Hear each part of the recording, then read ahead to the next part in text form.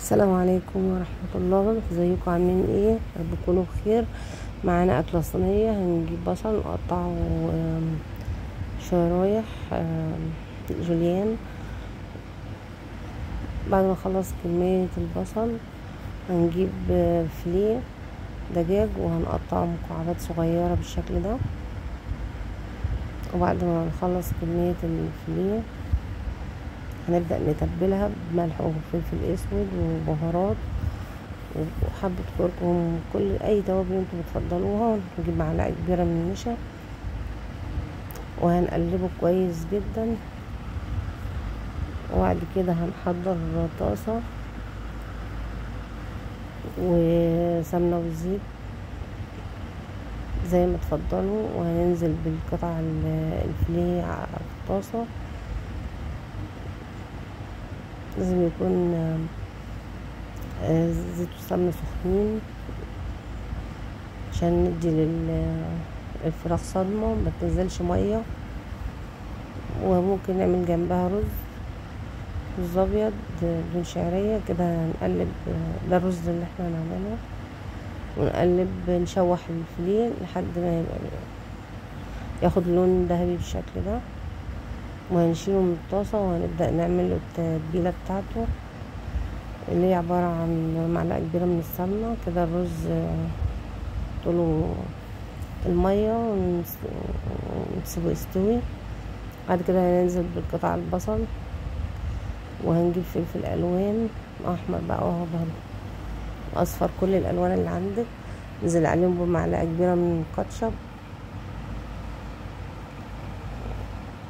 وهنا مايونيز، معلقة من المايونيز.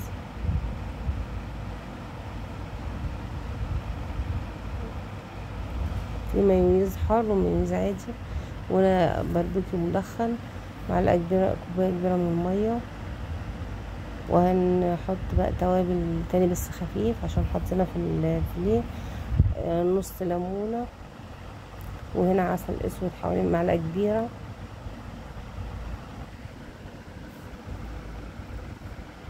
وهنرفعها على النار ونغطيها.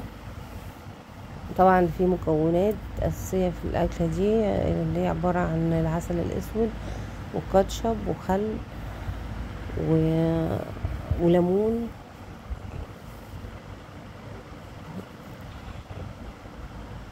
وهنحطها على النار لحد ما تتقل معانا.